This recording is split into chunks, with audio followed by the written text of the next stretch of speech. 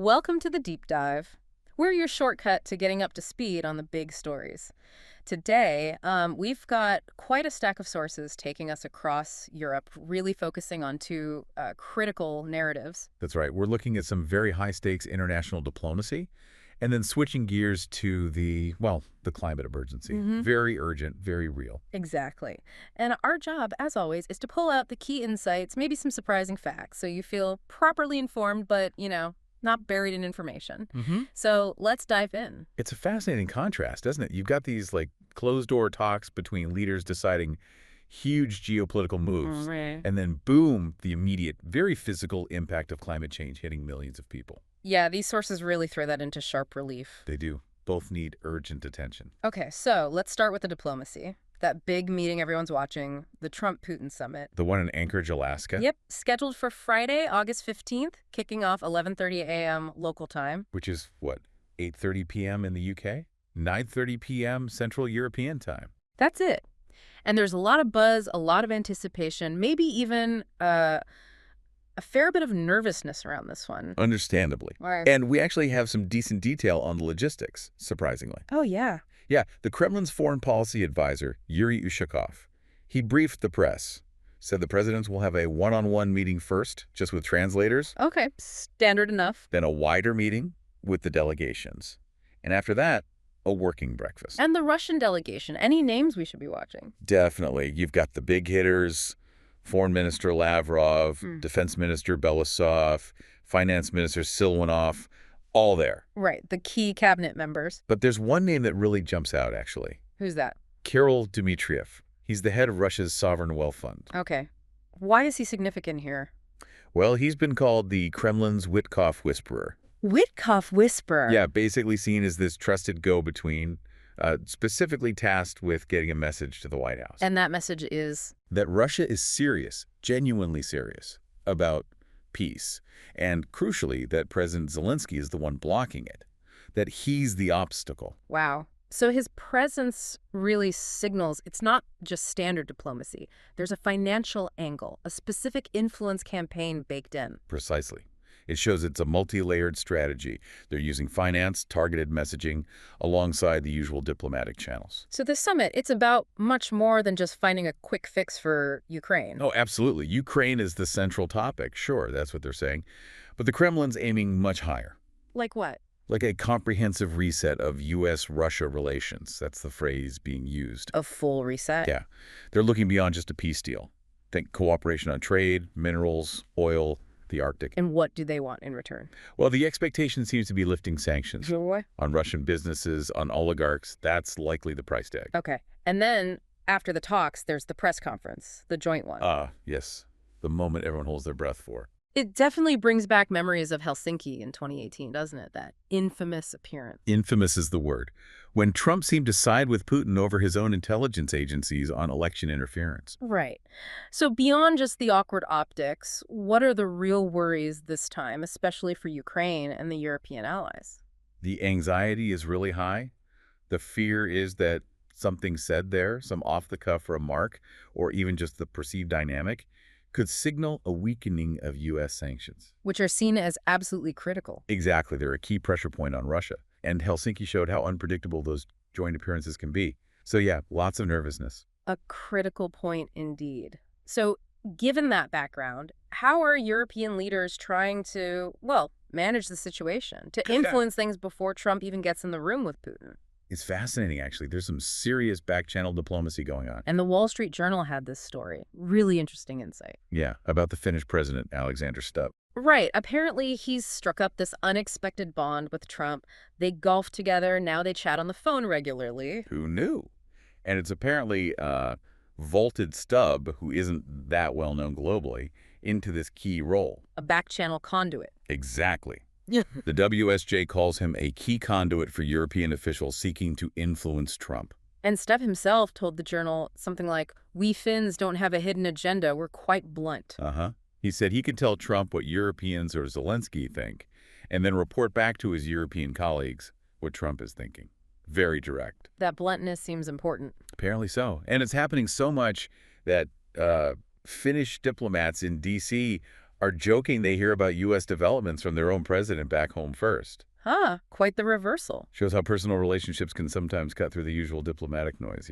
Even Senator Lindsey Graham is apparently texting Stubb for insights. Wow, okay. And Stubb wasn't the only one trying to shape things. Germany's Chancellor, Friedrich Merz, also stepped up.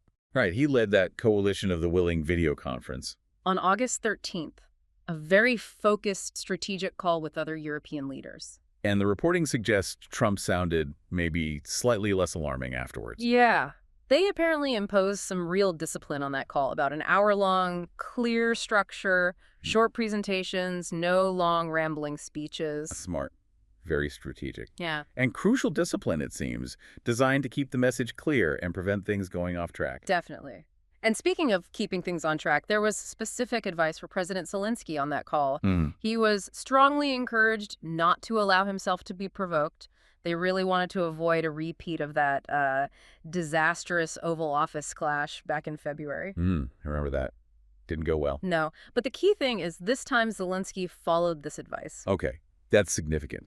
Participants saw it as a positive step, showing maybe a bit more strategic thinking from Kyiv's side. But the real aha moment, the penny drop for Trump, apparently came courtesy of NATO Secretary General Mark Rutte. Interesting. He's had some criticism in the past. Yeah, but Der Spiegel reported he used really clear, direct language. About what? About the Donbass.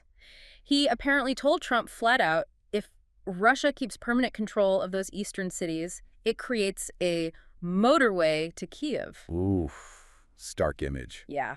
And participants apparently recounted watching the light go on for Trump. Really? That's what they said.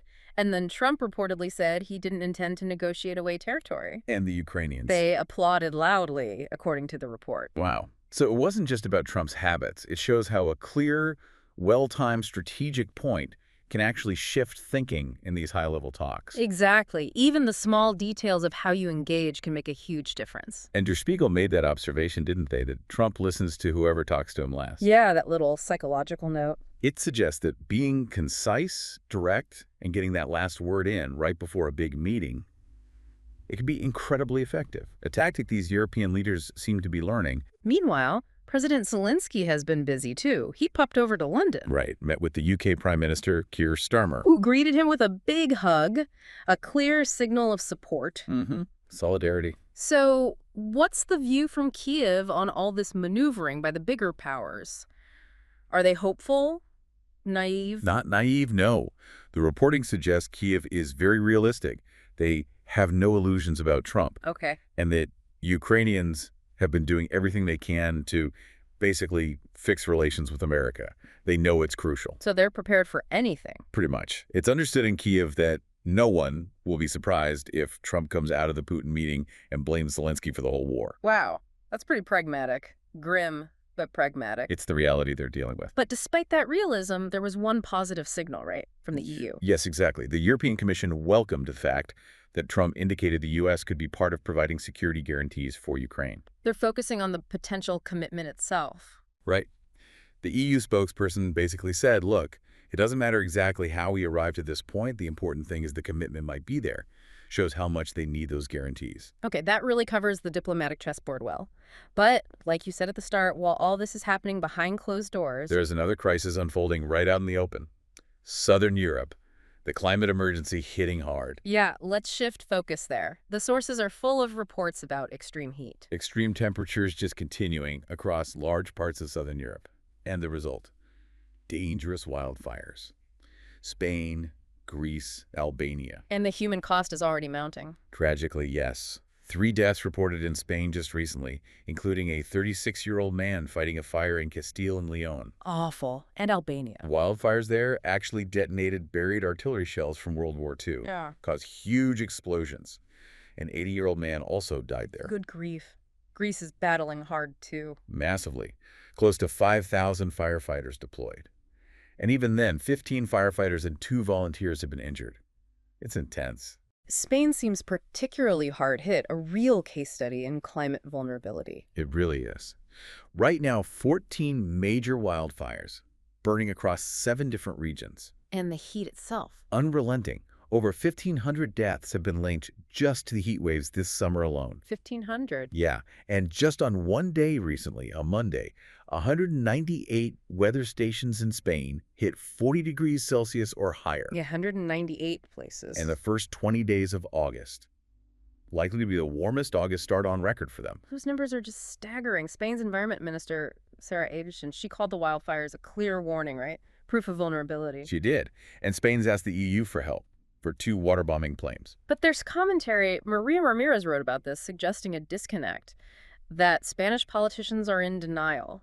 Yeah, that's a tough critique. Why the denial, or at least the inadequate response? Why is it so political? Well, Ramirez argues the whole climate issue has become increasingly partisan there. So you get maybe modest steps from the national government, which is center-left, but it's not enough, especially when local governments aren't stepping up to provide relief on the ground.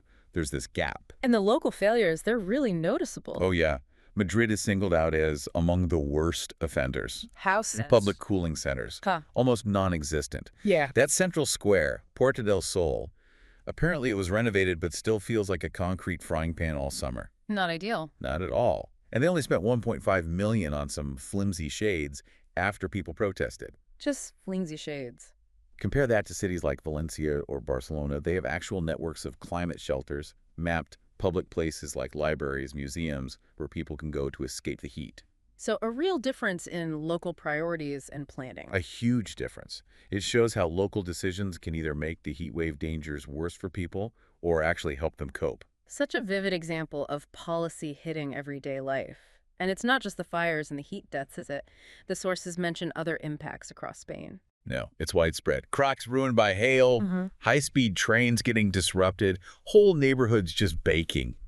Yeah. It affects everything. Yeah. It really drives home that point, doesn't it? Yeah. While leaders are, playing geopolitical chess, these tangible climate impacts are hitting individuals, communities right now, demanding action, often with devastating results.